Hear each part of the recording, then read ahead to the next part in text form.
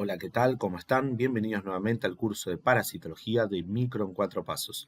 En esta clase número 10 vamos a estudiar a las larvas migrans cutáneas, conocidas como uncinarias tisulares, y luego vamos a estudiar a las larvas migrans viscerales, conocidos como toxocara. Los invito a comenzar con la siguiente clase. En este caso, ¿sí? En esta imagen, vamos a empezar viendo a las uncinarias tisulares, que como bien dijimos recién, son agentes productores de larva migrans cutánea. En este tipo de ciclo, el hospedero definitivo es un perro que va a cursar con el ciclo completo del parásito, es decir, va a desarrollar el estadio adulto del parásito, mientras que el hospedero accidental va a ser el ser humano, en el cual el parásito solo desarrolla un estadio larvario conocido como larva L3. Los dos tipos de uncinarias tisulares que tenemos que aprender para el examen son los Ancylostoma brasiliensis y el Ancylostoma canino. Estos dos tipos de gusanos habitan en suelos húmedos, arenosos, sombreados y de clima cálido, al igual que las uncinarias intestinales que estudiamos en la clase anterior. Por otro lado, lo que hay que saber en el ciclo biológico es que la larva L3 penetra la piel normalmente del perro, atraviesa su membrana basal y pasa a nivel de la dermis para introducirse en los vasos sanguíneos.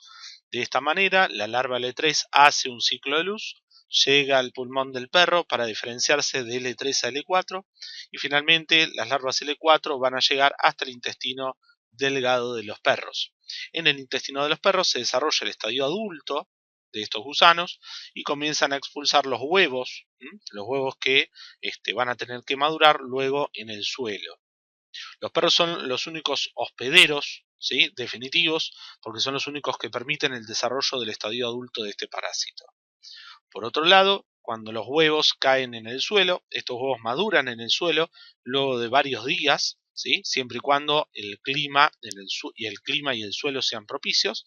El huevo va a terminar madurando en el suelo, va a eclosionar y se va a romper ese huevito y va a liberar una larva L2. Las larvas L2 finalmente van a madurar hasta el estadio L3, que sería la misma larva que ingresa en el perro, pero en este caso podría ingresar accidentalmente a través de la piel de un ser humano. Cuando accidentalmente la larva L3 penetra en la piel del paciente, migra a través de su epidermis sin poder realizar el ciclo de luz, ¿sí? Esto se debe principalmente a que la larva L3 carece de las enzimas específicas que permiten degradar la membrana basal del epidermis y por lo tanto lograr alcanzar la larva L3 la dermis del paciente. Muy ocasionalmente, en algunos casos, la larva L3 logra llegar a la dermis, pero de todas maneras la realización del ciclo de luz nunca se completa. Para ello debería haber una lesión en la membrana basal. Ustedes como concepto fundamental tienen que saber que las uncinarias tisulares o larvas migrans cutáneas están producidas por estos dos parásitos, ¿sí?, y que el elemento de infección es una larva L3 o larva filariforme, ¿sí?, que ingresa a través de la piel sana. Y una vez que la larva L3 atraviesa la piel sana, va a permanecer en la epidermis produciendo la patología, la larva migrans cutánea. Esta patología se caracteriza por una dermatitis pruriginosa migrante, ya que la larva L3 va a seguir migrando hasta que muere, y además se va a observar en la piel del paciente lesiones eritematosas y serpenteantes, ¿sí?, como si fueran justamente serpiginosas, como si fueran pequeños movimientos de serpiente.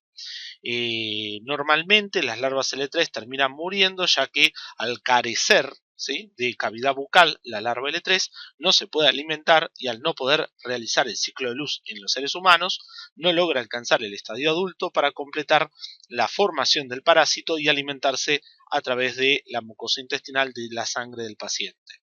Así que lo que hay que saber de este tipo de parásitos es que para prevenir el desarrollo de una larva migrans cutánea hay que utilizar calzado y guantes, hay que desparasitar a los perros para que no infesten los suelos, donde los seres humanos podrían tener actividades laborales o actividades recreativas, y por supuesto evitar el contacto con suelos infestados. En general, las playas, donde por ejemplo podría haber una infestación de este tipo de parásitos, se suelen cerrar durante un tiempo para que las larvas L3 que puedan estar habitando en el suelo mueran de hambre y podamos nuevamente concurrir a esa playa sin el riesgo de contagiarnos. Y habría que evitar que los perros convivan en el mismo hábitat donde van a convivir con actividades recreativas o laborales los seres humanos. El diagnóstico de este tipo de parasitosis es clínico y esto está dado por el tipo de signos y síntomas que tiene el paciente.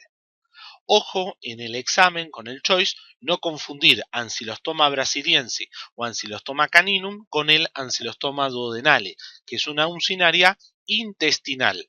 Ese tipo de ancilostoma sí realiza el ciclo de luz. En el caso del siguiente parásito, el Toxocara canis, que podría ser también el Toxocara cati, ¿sí? Se caracterizan por ser nematodes de tipo tisulares también, que producen una enfermedad llamada toxocariosis. Esta patología está generada también por la migración de una larva L3. La diferencia fundamental es que esta larva L3 va a lograr migrar dentro de nuestras vísceras y por lo tanto produce esta patología llamada larva migrans visceral. El hospedero definitivo del Toxocara canis son los cachorros de los perros, ¿sí? Como también el Toxocara cati podría ser los cachorros de los gatos.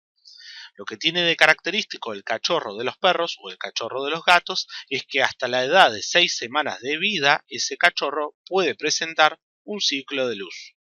Y por lo tanto, el desarrollo de la larva L3 hacia el estadio L4 y posteriormente hacia el desarrollo del estadio adulto le va a permitir a este tipo de hospedero completar el ciclo biológico del parásito.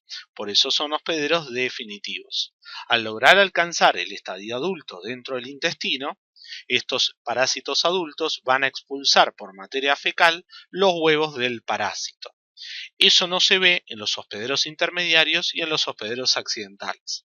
Los hospederos intermediarios habituales son las perras, hembras preñadas, que pasan los parásitos L3 a través de la placenta y la leche a los cachorros durante la gestación y durante su lactancia. Las perras se infectan por el consumo de huevos que están maduros en el suelo, en el que posteriormente se desarrolla la larva intestinal hasta el estadio L3. Esta larva L3 pasa a sangre, pero no puede realizar el ciclo de luz, porque no tiene justamente las características específicas que tiene aparentemente los cachorros a nivel del pulmón. La larva L3, que circula por sangre, puede ser pasada por placenta o por leche a los cachorros, el hospedero definitivo. Por eso la perra preñada se comporta como hospedero intermediario. Los seres humanos nos contagiamos al igual que los hospederos intermediarios, pero la diferencia es que el humano no se lo va a contagiar al cachorro. Por eso los humanos, la patología que produce este parásito larva L3 se lo conoce como larva migrans visceral. Los humanos, al igual que los hospederos intermediarios, se infectan por el consumo de huevos que se encuentran en el ambiente. Una vez que el humano consume el huevo, se desarrolla la larva intestinal hasta el estadio L3 y la L3 pasa a la sangre, pero no realiza el ciclo de luz en los seres humanos. Esto no significa que el parásito no llegue al pulmón, sino que no madura al estadio L4 y finalmente no madura al estadio adulto. Pero la presencia del Toxocara en el pulmón humano puede desencadenar un síndrome de Loeffler. Por lo tanto, el Toxocara en los seres humanos no hace ciclo de luz, pero sí puede producir el síndrome de Loeffler. Respecto al ciclo biológico, vamos a comenzar viendo justamente qué es lo que ocurre en la perra preñada. La perra preñada se infecta por el consumo de huevos que se encuentran en el ambiente. Dentro del intestino de esta perra preñada, el huevo va a eclosionar, va a liberar una larva L1 que va a madurar hasta el estadio L3. Se comporta al igual que se comportaría, por ejemplo, un ascaris.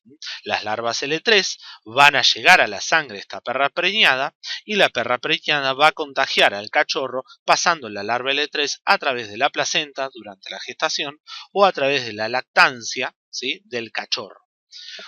Una vez que el cachorro esté infectado, el cachorro al presentar ciclo de luz permite que la larva L3 dentro de sus pulmones madure hasta el estadio L4 y finalmente desarrolle el estadio adulto en su intestino delgado.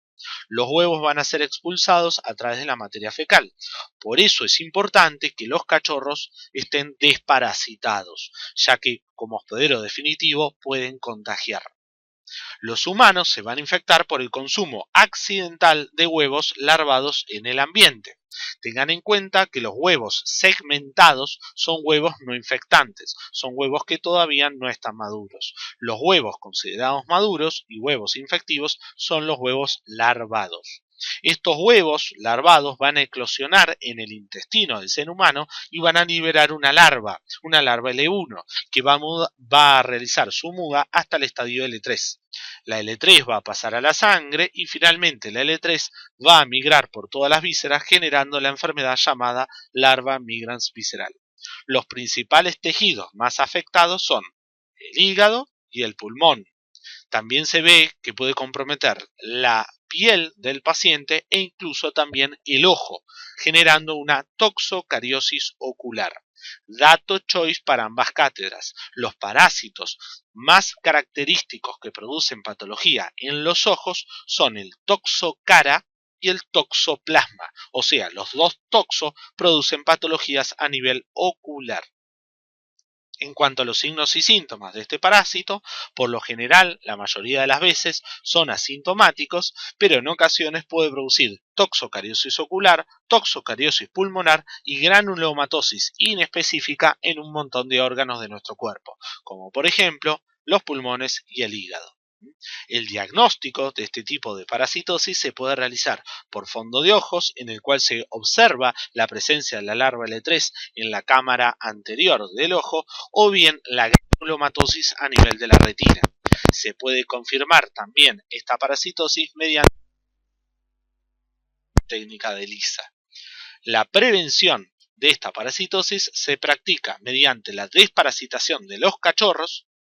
Por eso es importante que los cachorros que van a convivir con los seres humanos se entreguen desparasitados, lavado de frutas y verduras que puedan estar contaminadas con huevos de estos parásitos y evitar el contacto con los cachorros que no están desparasitados.